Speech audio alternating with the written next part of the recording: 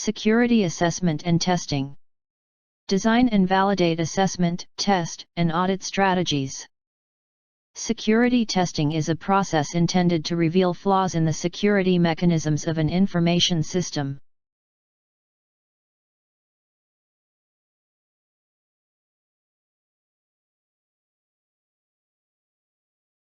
Security assessments are used to determine an organization's security posture.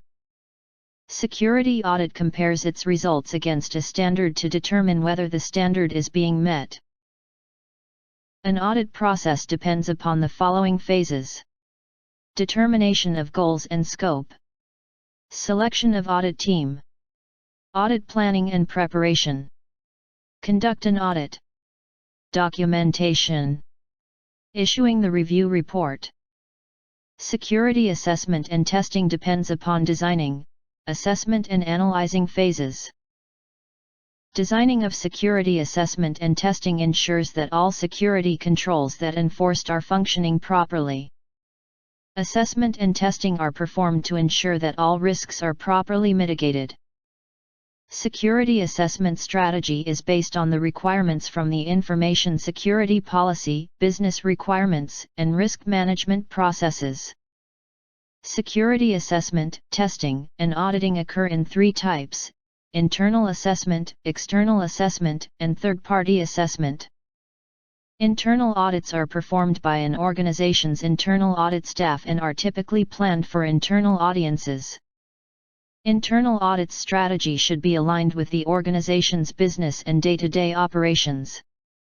External audits are performed by an outside auditing firm.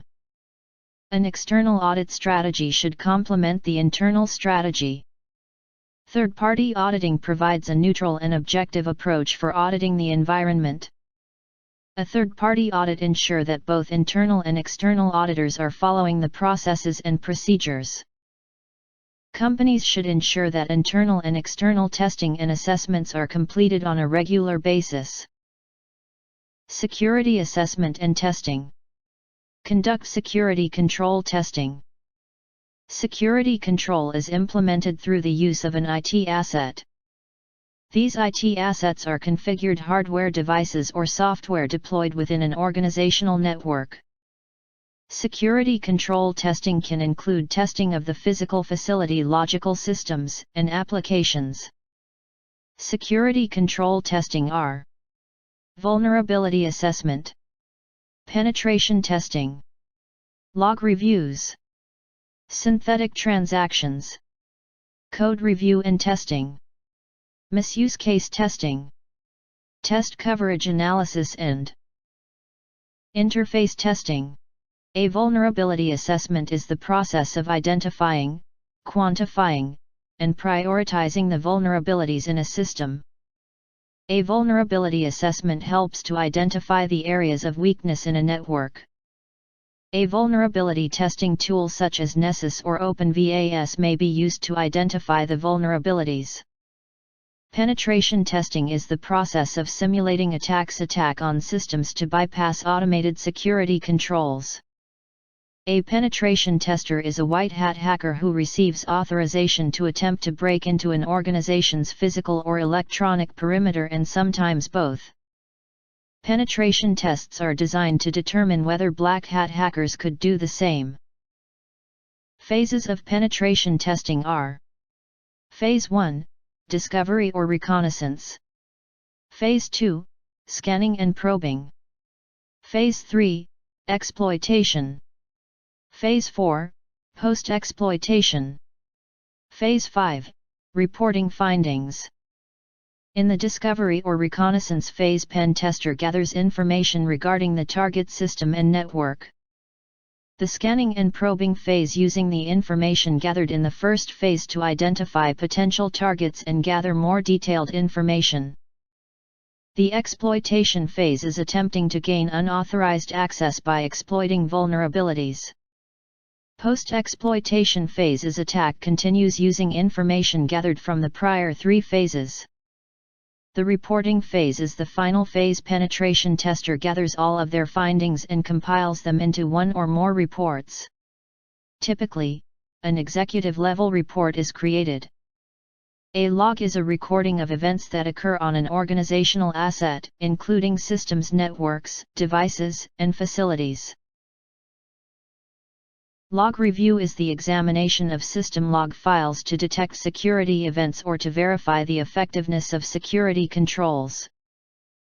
The goal is to review logs to ensure they can support information security as effectively as possible.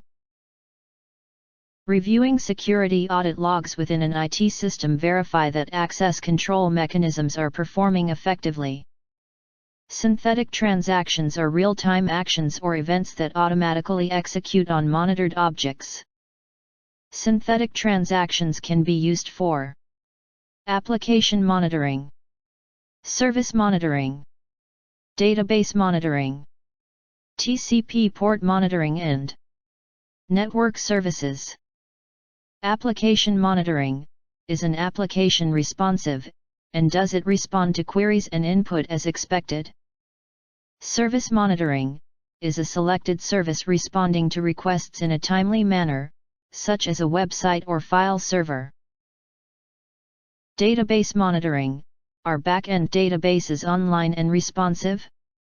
TCP port monitoring are the expected ports for an application or service open, listening, and accepting connections.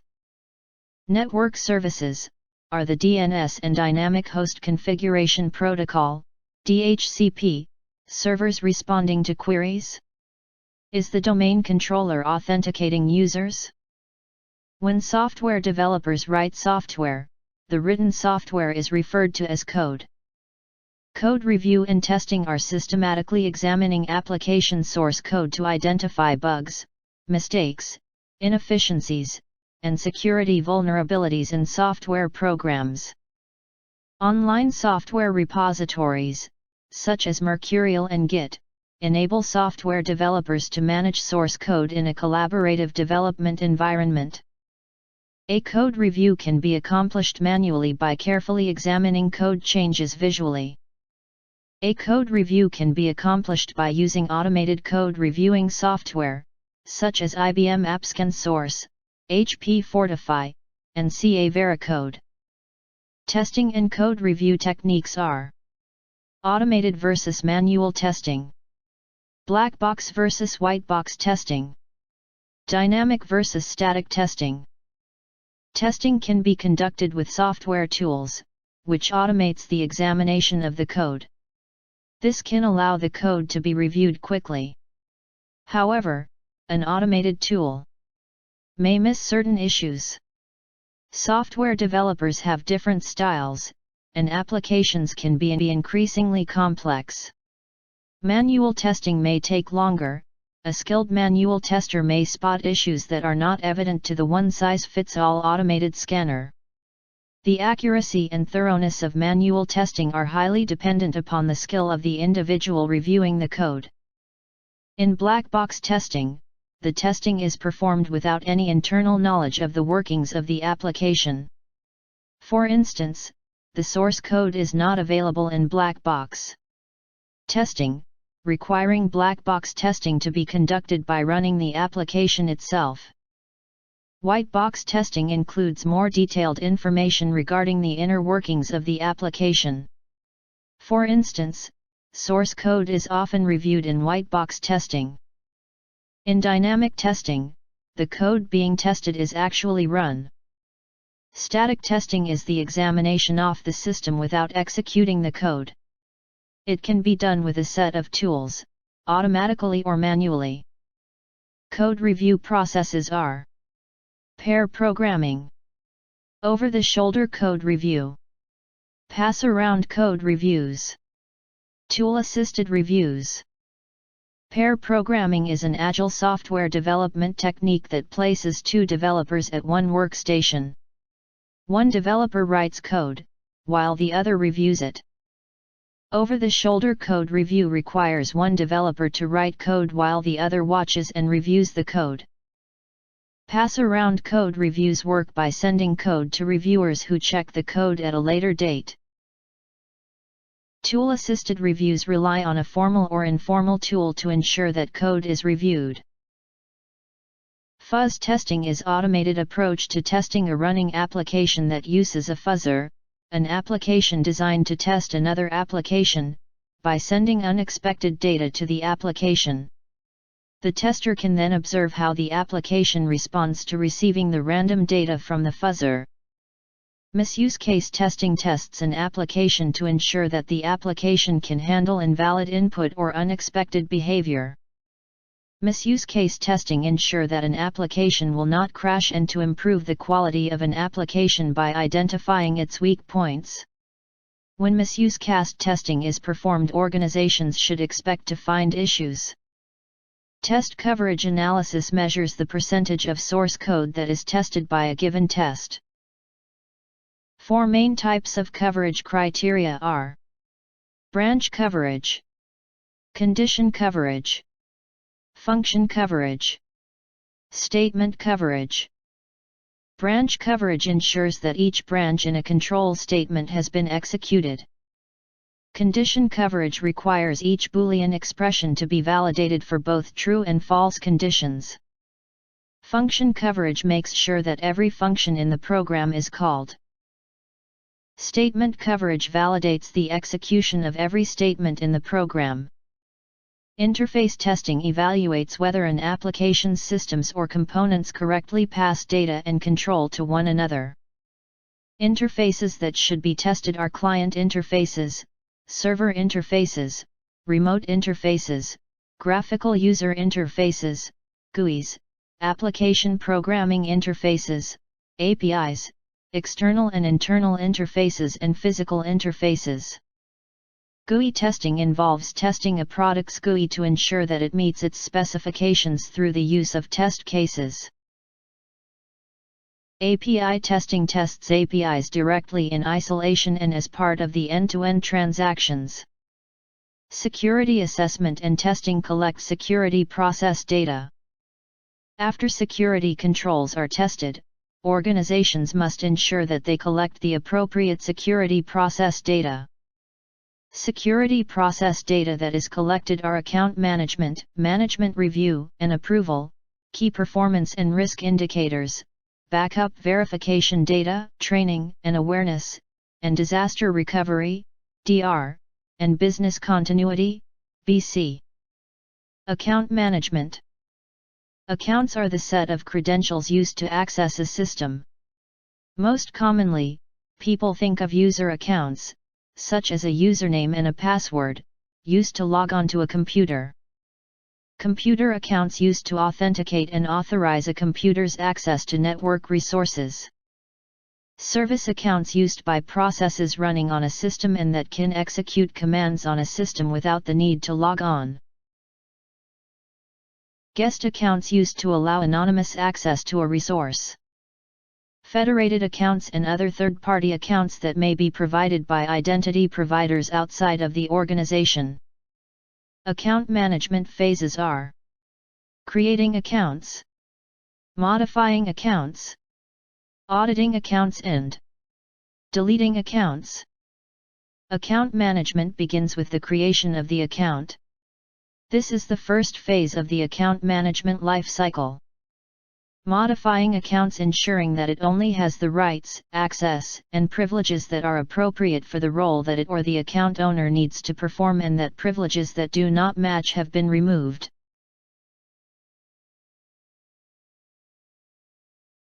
The third phase in the life cycle is the audit phase.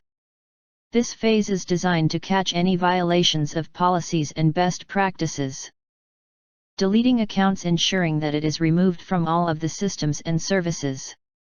Attackers often look for unused or unmaintained accounts that they can access, and forgotten accounts belonging to terminated staff members, administrators, or services can all be attractive targets. Monitoring the entire life cycle are important to securing the account management life cycle. Without regular review, security issue can be quickly turned into a major security breach. Management review and approval. Management review of security process data should be mandatory. Guidelines and procedures should be established to ensure that management review occurs in a timely manner. Management review should include an approval process whereby management reviews any recommendations from security professionals and approves or rejects the recommendations based on the data given. Key performance and risk indicators. Key performance indicators (KPIs) measure how well things are being done. Key risk indicators (KRIS), however, measure risk. This provides the ability to assess the likelihood of a negative event, as well as assess the risk level of an activity or situation.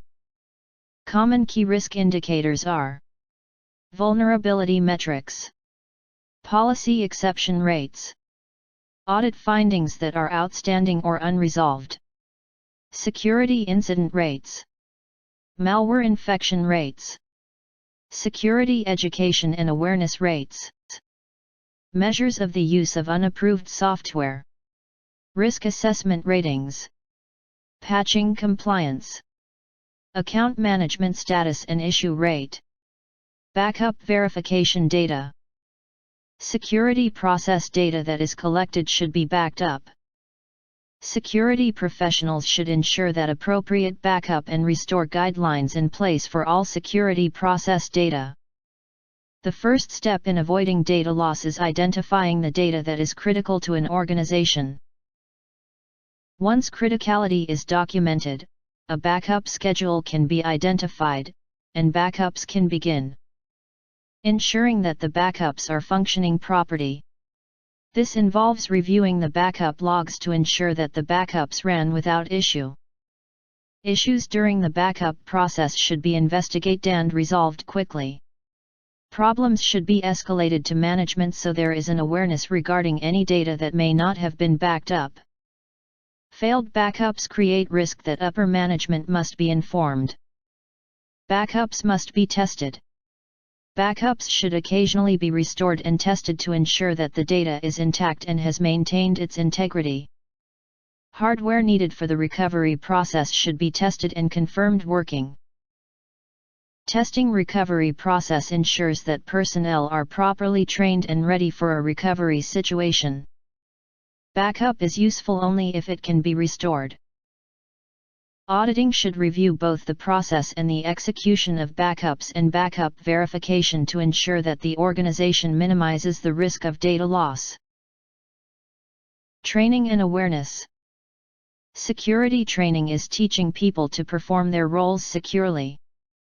Teaching help desk employees the processes of secure account creation and password distribution falls into the realm of security training. Security awareness training is educating people about security issues. Educating employees regarding common attacks, such as phishing attacks and business email compromise, can raise awareness regarding attack methods and educate employees regarding how they can adjust their practices to reduce the risk. Disaster recovery and business continuity. Disaster recovery and business continuity plans that an organization develops must consider security assessment and testing, security control testing, and security process. Data collection.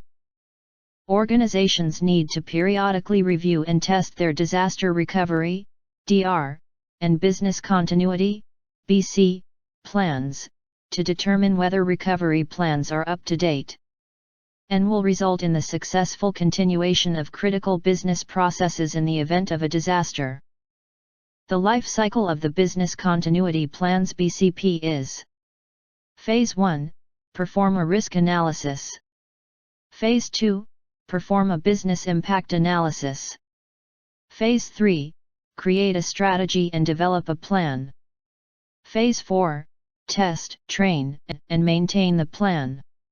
Security assessment and testing. Analyze test output and generate report. Security controls, vulnerability scans, penetration tests, and audits create a big amount of data. These data need to be presented in a meaningful way. Generating reports is a critical step. First things to consider is the audience for the report. It is important to consider who will review the report. For example, server administrator is interested in the technical details of fixing the issue. Audit reports can take many forms. Threats and vulnerabilities identified. Criticality level of the finding. Exploitation probability. Exploitation impact. Remediation steps. Report needs an executive summary. The summary should generally be no longer than 1 to 2 pages. Stop technical details and other information that isn't necessary for the audience. The first paragraph explains the goals and objectives of the audit, as well as summarizing the rest of the executive summary. Paragraphs of the executive summary can include a high-level summary of the findings. Summarizing network hardware vulnerabilities in one paragraph, server vulnerabilities in a second paragraph, and workstations in a third paragraph. Of the summary. Numbers that reflect the current state of security as uncovered by the audit's findings. How many servers are present with unpatched critical vulnerabilities? How many targets of the audit have no serious vulnerabilities? What are the most critical findings that create the most risk? What is the impact of the vulnerabilities and how much effort is expected for remediation? What is the cost of fixing the issues, and what is the cost of ignoring them? What is the risk associated with the vulnerabilities found? Ensure that this information in executive summary is easily found. Security assessment and testing conduct or facilitate security audits. Information security professionals conduct internal security audits and facilitate external audits. Security audits are internal, external, and third-party. An internal audit is conducted by the staff of an organization. An external audit conducted by outside of the company to perform the audit as required by laws, regulations, or contractual agreements. When an organization works with a third-party supplier, vendor, or partner, they perform an third-party audit. Third-party audit standards are SSAE 18, ISAE 3402, PCI DSS and SOC 3 reports. Auditing principles in ISO 19011:2018 are: integrity, fair presentation, due professional care, confidentiality, independence, use of an evidence-based approach, use of a risk-based approach. ISO 19011:2018, Guidelines for Auditing Management Systems, including principles for auditing, how to manage an audit program, selection of audit methods, maintaining records, and review and improvement of the audit program. ISO/IEC 27007:2017, Information Technology Security Techniques, Guidelines for Information Security Management Systems. Auditing covers standards for managing audit programs, performing audits, and managing auditors for information security management programs. ISO/IEC 27008:2011, Information Technology Security Techniques, Guidelines for Auditors on Information Security Controls, including how to review the implementation of security controls and how to validate their operation. Audit programs are established to ensure that audits are conducted in a consistent manner with appropriate resources, oversight, and support from management. ISO 27002:2017 Steps in establishing an audit program are: identifying the roles and responsibilities, establishing the extent of the program, identifying and evaluating risks to the audit program, establishing procedures for the audit program, identifying resources for the audit program, auditing techniques and activities. Testing of items conducted to verify that they match what is expected. Documentary examination reviews to ensure that they exist and contain the appropriate information. Physical examination may be used to validate the existence. Checking the physical inventory of an organization's systems is a type of physical examination. Testing can be used to ensure that procedures are properly performed. Compliance testing tests against compliance requirements and ensures that the controls implemented are effective and reliable. Observation techniques are used to review policies and procedures and allow auditors to assess whether they are appropriate, well-designed, and in line with industry standards or meet compliance requirements. Regular recurring audits are an important part of audit programs. A recurring audit will help to verify that issues identified in previous assessments have been remediated and that older problems have not recurred.